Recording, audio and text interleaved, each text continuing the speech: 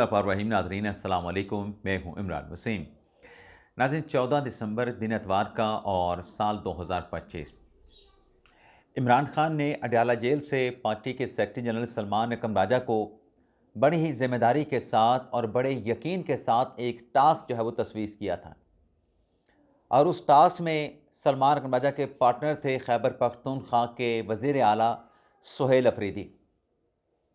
लेकिन नाज़रीन ख़बर ये है कि ना सिर्फ सेक्रेटरी जनरल सलमान अकरम राजा बल्कि खैबर पख्तूनख्वा के वज़ीर आला सुहेल अफरीदी इमरान खान की उम्मीदों पर पूरा नहीं उतरे हैं। जो इमरान खान का यकीन था उस यकीन पर राजा साहब ने और अफरीदी साहब ने पानी फेर दिया है और अडयाला जेल में बैठे कैदी नंबर 804 को एक और बड़ा झटका पार्टी की जानिब से पहुंचाया गया है।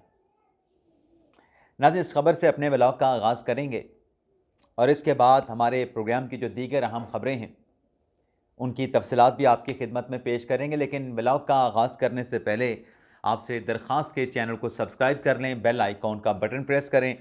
वीडियो पसंद आए तो इसे लाइक और शेयर ज़रूर कीजिएगा।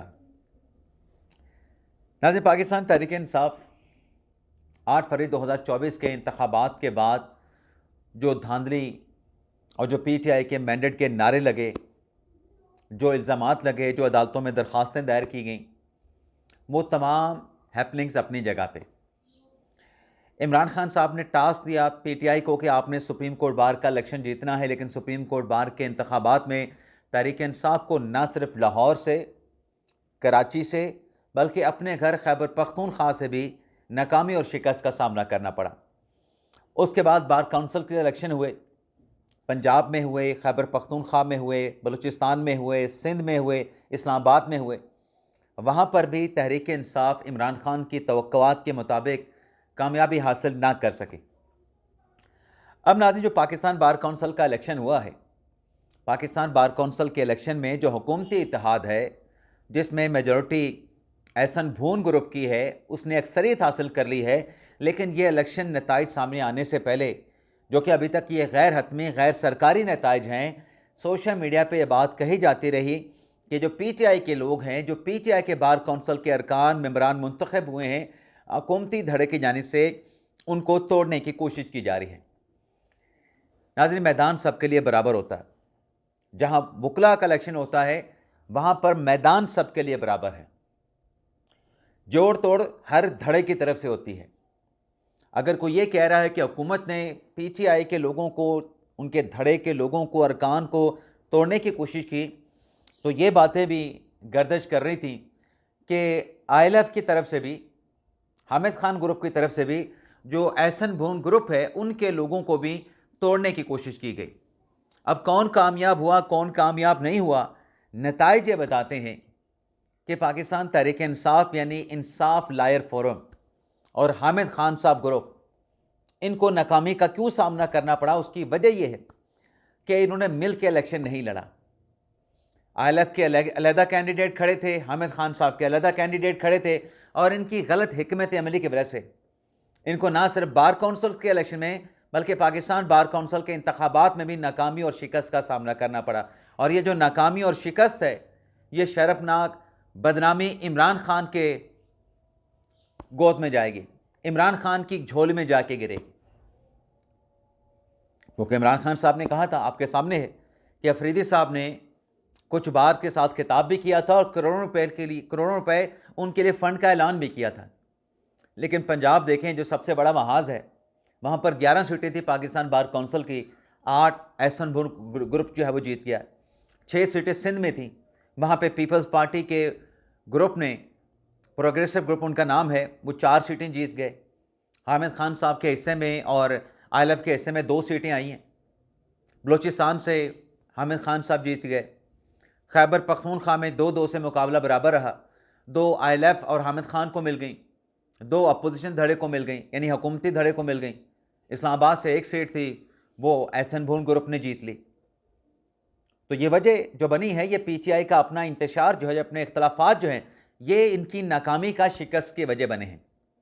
और जो एहसन भून ग्रुप की जो कामयाबी है, उस पर जो मर्जी इल्ज़ाम लगाएं, लेकिन जो चीज़ आंखों से नज़र आती है वो ये है कि एहसन भून ग्रुप जो है अपने वोटर वकला को इज़्ज़त देते हैं, एहतराम देते हैं, मोहब्बत और आजिज़ी के साथ मिलते हैं, हर मुश्किल, हर दुख, हर सुख में उनके साथ खड़े होते हैं और अपने वकला वोटर के साथ इनका रवैया आर्जाना और बड़ा शाइस्ता होता है। तो क्यों लोग उनके साथ अटैच ना हों? अब आप खुद देख लें कि सुप्रीम कोर्ट बार के इलेक्शन में नाकामी का सामना करना पड़ा हामिद खान ग्रुप को, पीटीआई को।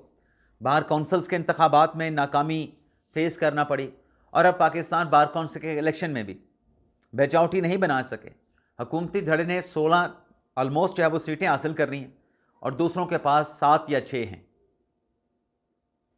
और ये तीसरी नाकामी हो गई। और जो बात की जाती है ना 26वीं आईनी तरमीम की, 27वीं आईनी तरमीम की, तो ये तो इंडोर्समेंट हो रही है। अगर हुकूमती धड़ा जीत रहा है तो ये 26वीं और 27वीं आईनी तरमीम के वकला की बॉडी की तरफ से, तंजीमों की तरफ से, वोटर की तरफ से उनकी तौसीक की जा रही है, उनकी इंडोर्समेंट की जा रही है। और इस कामयाबी पे वज़ीर-ए-आज़म की तरफ से, पंजाब की वज़ीर आला की तरफ से एहसन भून ग्रुप को जो है वो मुबारकबाद दी गई। अब नाज़रीन आते हैं, फैज़ हमीद साहब की बात कर लेते हैं। मुख्तसर सी डिटेल है।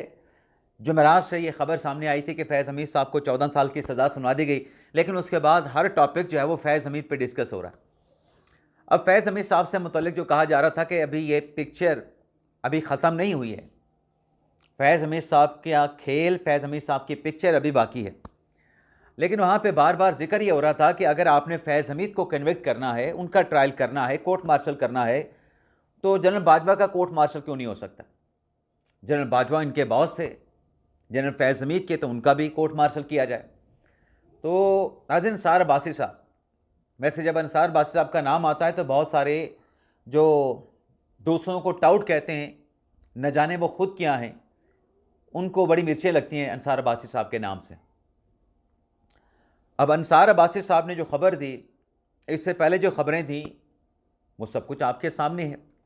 पीटीआई के अंदरूनी ज़राए से खबर देते हैं, सिक्योरिटी ज़राए की बड़ी मुसद्दक़ा खबर देते हैं, हुकूमती ज़राए से बड़ी अहम खबरें देते हैं। तो किसी को अगर उनके खबरें देने से तकलीफ़ होती है तो फिर तकलीफ़ होती रहे। रिपोर्टर का, सहाफ़ी का काम ये होता है खबर देना। अब अंसार अब्बासी साहब ने जो बात की है आज के व्लॉग में, वही है जो बार बार तज़किरा जनरल बाजवा साहब का आ रहा है कि बाजवा के ख़िलाफ़ क्यों नहीं कोर्ट मार्शल प्रोसीडिंग होती। तो आज का उनका आर्टिकल ये है कि ज़राए का ये बताना है कि जनरल बाजवा के ख़िलाफ़ कोई इंक्वायरी पेंडिंग नहीं कि उनका कोर्ट मार्शल किया जाए, और ना जनरल बाजवा के ख़िलाफ़ कोई केस पेंडिंग है। लेकिन अलबत्ता 3 गैंग, यानी फैज़ हमीद साहब से जुड़ी जो 3 गैंग हैं, जिसमें ब्यूरोक्रेसी का गैंग है, तमाम नहीं, कुछ जो पुर्जे या करिंदे बने हुए थे फैज़ हमीद के, जो सियासतदानों का गैंग है जो फैज़ हमीद के हाथों खेल रहे थे, और जो मीडिया पर्सनस का गैंग है। अब अंसार अब्बासी साहब की खबर के मुताबिक बाजवा साहब के ख़िलाफ़ ना कोई इंक्वायरी है, ना कोई केस है, ना कोई कोर्ट मार्शल प्रोसीडिंग उनके खिलाफ होने जा रही है। लेकिन ये जो 3 तबके हैं, इन 3 तबकों में से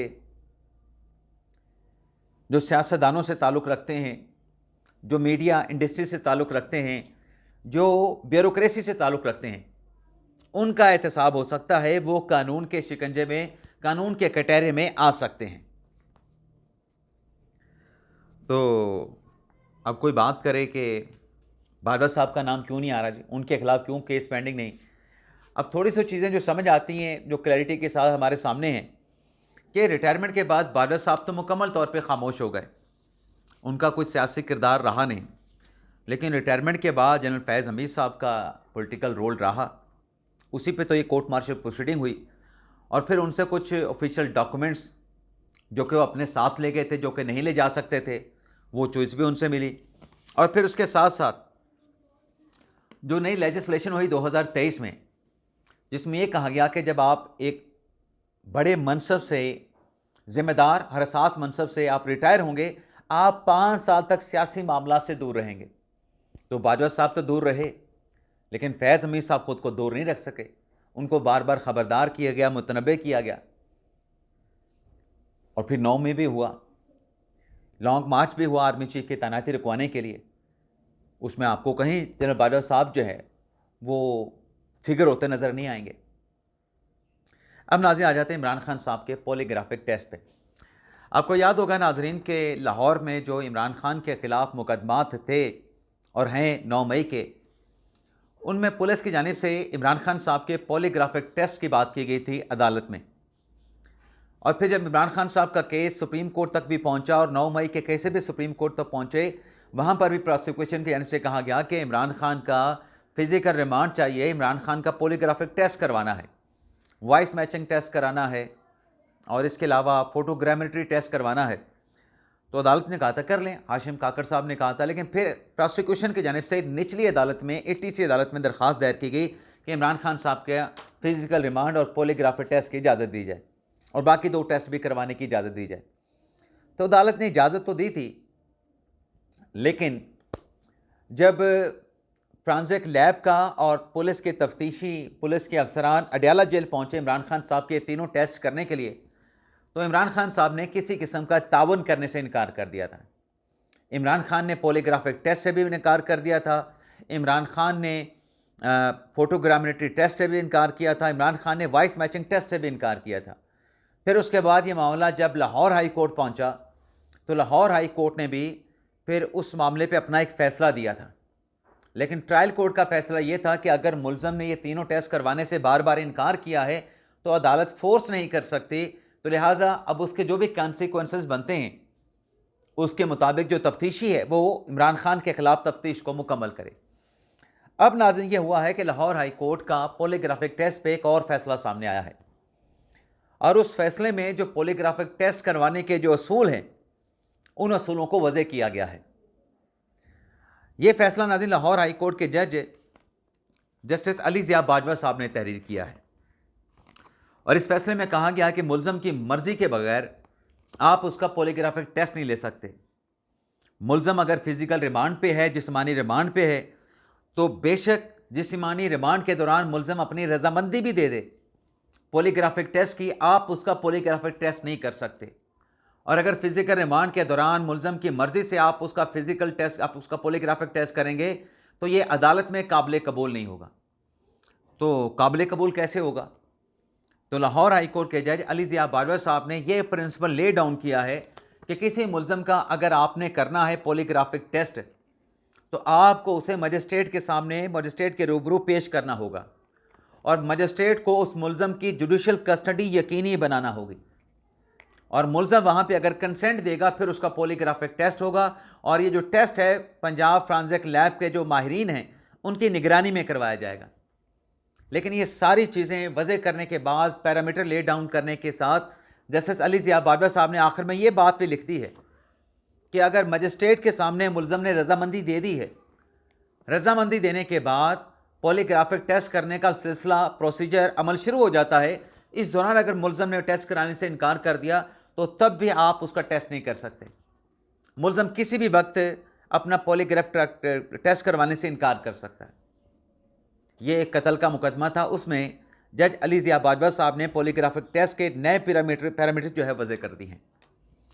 इसके अलावा नाज़रीन ढकी भाई, जिनकी 100 दिन के बाद रिहाई हुई और रिहाई के बाद जो पहला उन्होंने व्लॉग किया वो नाज़रीन बहुत वायरल हुआ सोशल मीडिया पे। मैंने तो आखिरी मरतबा 8 मिलियन तक देखा था कि 8 मिलियन तक वो जा चुका था। अब नाज़रीन हुआ ये है कि जो वीडियो है, जो व्लॉग है ढकी भाई साहब का, उस पे जज साहब ने नोटिस लिया। नोटिस कैसे लिया? ढकी भाई साहब गए थे अदालत में कि मेरा जो सोशल मीडिया अकाउंट्स हैं मुझे उनकी सपुर्दारी दिलवाई जाए, मुतलका जो तफ्तीशी हैं शोएब रियाज के पास मेरे अकाउंट हैं मुझे वापस दिलवाए जाएँ, मेरी ATM कार्ड हैं वो ATM कार्ड भी मुझको वापस दिलवाए जाएँ। तो जज नईम भट्टू साहब ने इस केस की समाअत की तो NCCI के हुकाम की तरफ से अदालत को ये बताया गया कि जो तफ्तीशी है शोएब रियाज इस केस का, अभी तक तमाम चीज़ें उसके पास हैं, मुकदमे की फ़ाइल उसके पास है और शोएब रियाज जो है वो ख़ुद इस्लामाबाद में है, यानी इस्लामाबाद में ज़ेर हिरासत है। इसी दौरान जज साहब ने सवाल किया ढकी भाई के वकील से कि आपने के क्लाइंट ने एक व्लॉग किया है, अगर आपके अकाउंट्स की, सोशल मीडिया अकाउंट्स की आपके पास रसाई नहीं है तो फिर वो व्लॉग उन्होंने कैसे अपने YouTube चैनल के ऊपर पब्लिक कर लिया। जिस पर ढकी भाई के वकील ने ये बताया कि वो जो व्लॉग जो कि वायरल हुआ, जिसके लाखों में व्यूवरशिप थी, वो दरअसल एडिटर अकाउंट था, मैनेजर अकाउंट था। मेन जो अकाउंट है वो एनसीसीआई के अफसरान के पास है, उनकी एक्सेस उनके पास है। ये मैनेजर या एडिटर अकाउंट है। तो हम उन अकाउंट्स की मुकम्मल जो सुपुर्दारी है वो हासिल करना चाहते हैं, और जो बैंक अकाउंट्स हैं, जो एटीएम कार्ड्स हैं जो कि तफ्तीशी के पास हैं, वो भी हमें वापस चाहिए, जिस पर अदालत ने 15 दिसंबर तक की जो है वो मोहलत दी है, यानी कल तक एनसीसीआई को कि ये ढक्की भाई को जो तमाम चीज़ें वापस करनी है, जो मांगी जा रही हैं, सोशल मीडिया अकाउंट्स हैं, उनके बैंक एटीएम कार्ड्स हैं, इस पर जवाब भी दें और इनको वापस भी करें। तो ये नाज़रीन हमारा ब्लॉग। आपसे इजाज़त चाहते हैं। अल्लाह ताला हम सब का हमें नासर हो। दुआ में याद रखिएगा। पाकिस्तान जिंदाबाद।